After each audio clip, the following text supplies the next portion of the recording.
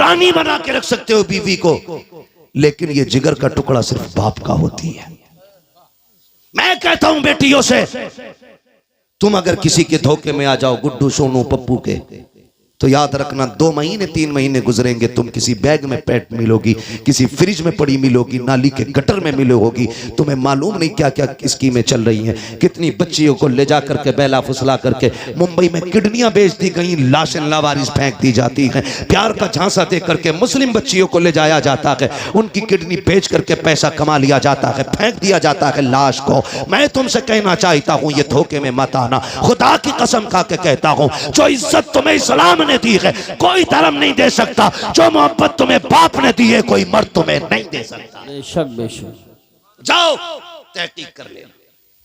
मेरी बेटी मेरी बहन, रब ने तेरे लिए जन्नत तैयार की है, और वो जन्नत जिसमें नहरें हैं, बागात है, इतनी खूबसूरत मौसम वाली जन्नत कि अगर उसका सुराख, जन्नत का सुराख दुनिया की तरफ सुई के नाके के बराबर खोल दिया जाए ना, तो पूरी दुनिया उसकी ठंडी। तालीम का मुखालिफ नहीं, लेकिन एक सवाल तुमसे, तुमने मजारों के गुंबदों के लिए तो कई कई लाख के चंदे दिए, क्या एक चंदा बच्चियों के स्कूल के लिए किसी गैरत वाले ने इकट्ठा किया? हमारे मजारों पे जो कलश हैं वो सोने चांदी के हैं, और हमारी बेटियां पढ़ने के लिए गैरों के स्कूल में गैरों के रहम करम पर हैं। कौन बचा सकता है हमें? कोई नहीं। सही बात है, बेशक बेशक सही फरमा। अपनी थाली में छेद है, गैरों की जरूरत नहीं हमारे घर में झांक के देख ले। गलती तो हमने की है ना। ट्यूशन के नाम पे कितनी गुंडागर्दी हुई, ऑनलाइन के नाम पे कितनी बर्बादी हुई, क्या ये नहीं हुआ? जाओ, मैं गलत कह रहा हूं तो जाओ यूट्यूब पे जाके सर्च करो। हमारी बेटियों के साथ कितनी बदसलूकी हुई ट्यूशन के नाम पे। किसी को गैरत जागी, कह रहा 10 लाख दिए पीर का मजार बनवाने के लिए। कसम खा के कहता हूं, जा तू सोने का मजार बनवा दे पूरे पीर का, और तेरे 1 रुपए के खर्चे से किसी गरीब की बेटी को तालीम मिल सकती थी या उसकी इज्जत बच सकती थी, तो तेरे 10 लाख से ये 10 रुपए खर्च करना ज्यादा मामला बड़ी तेजी से है। तो उसके लिए मैं तो सबसे आसान काम समझता हूं, निकाह जल्दी करो और आसान करो। जल्दी करो और आसान करो। देर इसलिए हो जाती है कि लल्ला पैरों पे नहीं खड़ा हुआ है, मुश्किल इसलिए है कि डिमांडें बढ़ रही हैं। पैरों पे खड़ा हो गया तो 20 लाख मांग रहे हैं, और अगर ये पैरों पे खड़े होने से पहले कर दें तो 20 लाख मांगने की फिर उसकी जरूरत भी नहीं होगी। शादी के बाद पैरों पे खड़ा हो तभी अच्छा है, वरना इस्लाम का मिजाज तो ये कि बच्चे जवान हो जाएं ना तो उनका खर्च बाप के जिम्मे नहीं है। इस्लाम तो ये कहता 14 साल का हो जाए फौरन अलग कर दे कि कमाना ले जा अपने लिए। तो ये उम्रें जो बढ़ा लेते हैं ना, बहुत ज्यादा हो रही है ना निकाह में ताखीर, इसकी वजह से इर्तिदाद है।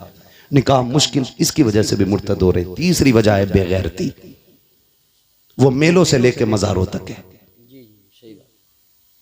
बुरा ना मानिएगा, मैं बरेलवी हूं और टनाटन सुन्नी हूं, इसलिए कि मैंने जिस बाप के आंगन में आंख खोली है ना, वो भी टनाटन सुन्नी है। हम कच्चे लोग नहीं है, पक्के लोग। मगर खैरियत जो है ना, मजार से लेकर के बाजार तक, शादी से लेकर मेले तक, कहीं कोई खैरियत नहीं है। सगा भाई ऐसी ड्रेस बहन को लाके देता है कि देखने वाले को गैरत आती है, लाने वाले भाई को गैरत नहीं आती। सही बात, सच्ची बात नहीं है। किसी वलीमे में खाना खाने चले जाओ तो गैरत से ही पेट भर जाता है, रोटी तो हाथ भी नहीं लगती। इसलिए कि अब तो वलीमों में वो तमाशे होटलों में किए कि वहीं पे बेगैरत भाई है और वहीं पे बेगैरत औरतें। जी सही बात। कम से कम अगर औरतें पहले होती भी थी तो पहले मर्द खाते थे, बाद में औरतें बैठती थी। और उसूल कितने अच्छे थे, मर्दों को मर्द खिलाते थे, औरतों को औरतें खिलाती थी। अब तो बेगैरती का जनाजा, गैरत का जनाजा इतना निकल गया है कि मर्दों को लड़कियां नाश्ता करा रही हैं और लड़कियों को लड़के नाश्ते करा रहे हैं। जिम्मेदार कौन इसका? या तुम या मैं, बस हम ही दो जिम्मेदार हैं। मैं कहता हूं खुदारा हम सब अपने घर में बेटियों के लिए पर्दे और हया को लाजिम कर दें, फिर किसी के घर की बहू बेगैरत नहीं हो सकती है। हाँ। सुन रहे मेरी बात? हम कितनी सच्चाई जानते हैं लेकिन माइक पे नहीं कह सकते, इसलिए हमारी इशारे में ही मान लिया करो। हमसे दलीलें ना मांगा करो, वरना प्रूफ भी हाथ में रख देते हम लोग। सही बात। हम अखबार पढ़ के बात नहीं करते, अल्लाह ने आंखें दी हैं, देख के बात करते। जी जी। कह रहा पहले MBBS बना लूं, हाँ, सबसे बड़ी मुसीबत है। BUMS करा लूं, फिर करूंगा शादी। BA करते करते उनने खुद बिया कर लिया, खुद बिया कर लिया, BA का नंबर ही ना आया। मैं तालीम का मुखालिफ नहीं, लेकिन एक सवाल तुमसे, तुमने मजारों के गुंबदों के लिए तो कई कई लाख के चंदे दिए, क्या एक चंदा बच्चियों के स्कूल के लिए किसी गैरत वाले ने इकट्ठा किया? बेशक। हमारे मजारों पे जो कलश हैं वो सोने चांदी के हैं, और हमारी बेटियां पढ़ने के लिए गैरों के स्कूल में गैरों के रहम करम पर हैं। कौन बचा सकता है हमें? कोई नहीं। सही बात है, बेशक बेशक सही फरमा। अपनी थाली में छेद है, गैरों की जरूरत नहीं हमारे घर में झांक के देख ले। गलती तो हमने की है ना। ट्यूशन के नाम पे कितनी गुंडागर्दी हुई, ऑनलाइन के नाम पे कितनी बर्बादी हुई, क्या ये नहीं हुआ? जाओ, मैं गलत कह रहा हूं तो जाओ YouTube पे जाके सर्च करो। हमारी बेटियों के साथ कितनी बदसलूकी हुई ट्यूशन के नाम पे। किसी को गैरत जागी, कह रहा 10 लाख दिए पीर का मजार बनवाने के लिए। कसम खा के कहता हूं, जा तू सोने का मजार बनवा दे पूरे पीर का, और तेरे 1 रुपए के खर्चे से किसी गरीब की बेटी को तालीम मिल सकती थी या उसकी इज्जत बच सकती थी, तो तेरे 10 लाख से ये 10 रुपए खर्च करना ज्यादा बेहतर है। बेशक। लेकिन हमने जिस तरह मजार सजाए, पीर साहब के घर बनाए, उतने मन से हमने स्कूल और कॉलेजेस नहीं बनाए। जी जी, अपने होने चाहिए, ये हमारे अपने होने चाहिए। बेशक बेशक, सुभान अल्लाह, हमारे अपने होने चाहिए। बहुत अच्छी बात है। वरना कौन ऐसा मुसलमान है इस इलाके में जो 1 लाख रुपए नहीं दे सकता स्कूल के लिए? बिल्कुल दे सकता, सब दे सकते हैं, लेकिन हम इतनी हमारी गैरत मर चुकी है, हम बेटे के निकाह में 1.5 लाख के पटाखे फोड़ सकते हैं, लेकिन 1 लाख देकर के बेटियों की इज्जतें नहीं बचा सकते। सही बात। मैं आपसे गुजारिश करके जानना चाहता हूं, अब तक खूब चंदे आपने दिए या दो, तुम्हारी मर्जी है, लेकिन कम से कम एक चंदा ऐसा भी करो जिसमें हमारे स्कूल हमारी बच्चियों के लिए होने चाहिए। बहुत अच्छा पैगाम। उसमें पढ़ने वाली भी बेटी होनी चाहिए, पढ़ाने वाली भी बेटी होनी चाहिए। बेशक। अभी कुछ दिन पहले अपनी मुरादाबाद में क्या बच्चियों के नकाब नहीं उतरवाए गए? लेकिन हम तो मौज में रहे। मेरी तो बाईपास पे आ गई है, मेरी तो रोड पे आ गई है, मेरी तो 20 करोड़ की बिक रही है। याद रख, अगर इज्जत चली जाए तो 50 करोड़ से भी धक्का नहीं मिटता है, और बंदा भीख मांग के खाए, इज्जत बचा के खाए, खुदा की कसम अल्लाह उसकी इज्जतों में 4 चांद लगा दिया करता है। बेशक बेशक, सुभान अल्लाह। करेंगे इंशाल्लाह एक चंदा स्कूलों के लिए, अपने बनाओगे अपने स्कूल। वरना मैं आपको बताऊं, मैं थक गया था बच्चों के लिए स्कूल ढूंढता ढूंढता। मुझे अगर इतनी फुर्सत मिल जाती ना तो मैं तुमसे भीख मांग के स्कूल बनाता, लेकिन मुझे इतनी फुर्सत ही नहीं मिलती कि मैं घर पे भी रह सकूं। आपसे मैं कहूं इसकी कितनी अहम जरूरत है, समझ जाए, अल्लाह करे। आप बहुत स्कूल देखे हमने, मालूम है होता क्या, हमारे बच्चों को दूसरे धर्मों की तालीम दी जाती है बचपन से। जी जी, यही बात है। गलत नहीं कह रहा हूं, कान तब खड़े होते हैं जब हमारे बच्चे आके घरों में भजन गाते हैं। सही बात। ये क्यों का हमारी मैडम ने सिखाया है। हाँ, बिल्कुल सही फरमाया, गलत नहीं कह रहा हूं। और हम यूं चादर ओढ़े सो रहे हैं। याद रखिएगा, बिल्ली की आंख बंद कर, कबूतर की आंख बंद कर लेने से बिल्ली का खतरा टल नहीं जाता है। तुम अगर ये सोचे बैठे हो मेरी तो एक ये संभाल लूंगा, तेरी एक नहीं है, ये जितनी कलमा पढ़ने वाली है सारी तेरी बेटी। बेशक, यही बात, तेरी बेटियां हैं सारी, इसलिए सबके बारे में सोचना होगा। और मैं बहन बेटियों से गुजारिश करूंगा, खुदा की कसम खा के कहता हूं, तुमसे कोई भी कितना बड़ा सोने का लालच, बिल्डिंग का लालच, तुम्हारी इज्जत का लालच, तुम्हारी शान और शौकत का, खिदमत का लालच देख, मैं कसम खा के कहता हूं तुझसे तेरे बाप से ज्यादा दुनिया में कोई मर्द प्यार नहीं कर सकता है। बेशक। हर बेटी को मेरा चैलेंज है। मैं कहूं मैं अपनी बीवी से प्यार करता हूं, नहीं, मैं उतना नहीं कर सकता जितना उसका बाप उससे प्यार करता होगा। बेशक बेशक। आप रानी बना के रख सकते हो बीवी को, लेकिन ये जिगर का टुकड़ा सिर्फ बाप का होती है। मैं कहता हूं बेटियों से, तुम अगर किसी के धोखे में आ जाओ, गुड्डू सोनू पप्पू के, तो याद रखना 2 महीने 3 महीने गुजरेंगे, तुम किसी बैग में पैट मिलोगी, किसी फ्रिज में पड़ी मिलोगी, नाली के गटर में मिले होगी। तुम्हें मालूम नहीं क्या क्या स्कीमें चल रही हैं। कितनी बच्चियों को ले जा करके बेला फुसला करके मुंबई में किडनियां बेच दी गई, लाशें लावारिस फेंक दी जाती हैं। प्यार का झांसा दे करके मुस्लिम बच्चियों को ले जाया जाता है, उनकी किडनी बेच करके पैसा कमा लिया जाता है, फेंक दिया जाता है लाश को। मैं तुमसे कहना चाहता हूं, ये धोखे में मत आना। खुदा की कसम खा के कहता हूं, जो इज्जत तुम्हें इस्लाम ने दी है कोई धर्म नहीं दे सकता, जो मोहब्बत तुम्हें बाप ने दी है कोई मर्द तुम्हें नहीं दे सकता। बेशक बेशक। जाओ तहकीक कर लेना।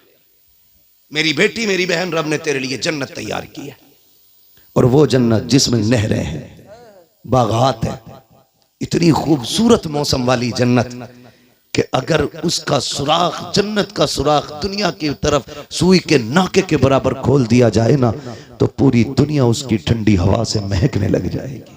सुभान अल्लाह। इतनी खूबसूरत जन्नत तेरे लिए। लेकिन भाई असल में बुनियादी कमजोरियां होती हैं। जब हमारे बच्चों को बचपन ही से भजन पढ़ाए जाते हैं ना, तो ईमान में मजबूत नहीं रहते। सही बात। फिर वो एक्स मुस्लिम बनते हैं, वो फिर किसी धर्म को नहीं मानते। लोग कहते हैं उससे पलटा, उससे नहीं, गलती हमने की। अपने बच्चों को इस्लामी तालीम जरूर दें, भले ही 6 महीने के लिए मदरसा छोड़ें, दाल खिलाएं मदरसे की। मैं गारंटी के साथ कहता हूं, जो बच्चा 10 महीने मदरसे की दाल खा लेना, वो मर जाएगा लेकिन हुजूर का दीन नहीं छोड़ेगा। ये मदरसे की दाल में बरकत होती है, मदरसे की दाल में। लेकिन हमारे बच्चे क्या बनेंगे? जब हम कहते हैं 35 मिनट ट्यूशन कुरान की हैं और 18 घंटे तुझे कुत्ता बिल्ली पढ़ना है, तो हमारे बच्चे क्या समझेंगे कि कुत्ता बिल्ली से ज्यादा अहम तो कुरान भी नहीं है। यही बात। जब बच्चों से हम कहेंगे सुन, कुत्ता बिल्ली आए ना आए, रब का दिया हुआ कुरान जरूर आना चाहिए, तो फिर वो आखिरी दम तक उसकी तालीम याद रखेगा।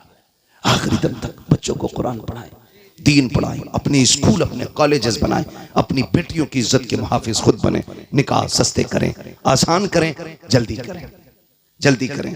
एक बात याद आ गई, कह दूं, आपने इतना टाइम अपनी मर्जी से लिया, आप 2 मिनट मेरी मर्जी से भी ले लें। जी जी इरशाद। मैं आपसे बस इतना कह जाता हूं ना, कई बार ना होता क्या है, कई बार होता ही है, यूसुफ भाई बराबर का रिश्ता ढूंढ रहे अब्बा, हाँ ये भी बहुत जरूरी है। बराबर का नहीं मिल रहा। लड़की की उम्र 25 हो गई, अभी बराबर नहीं मिला है।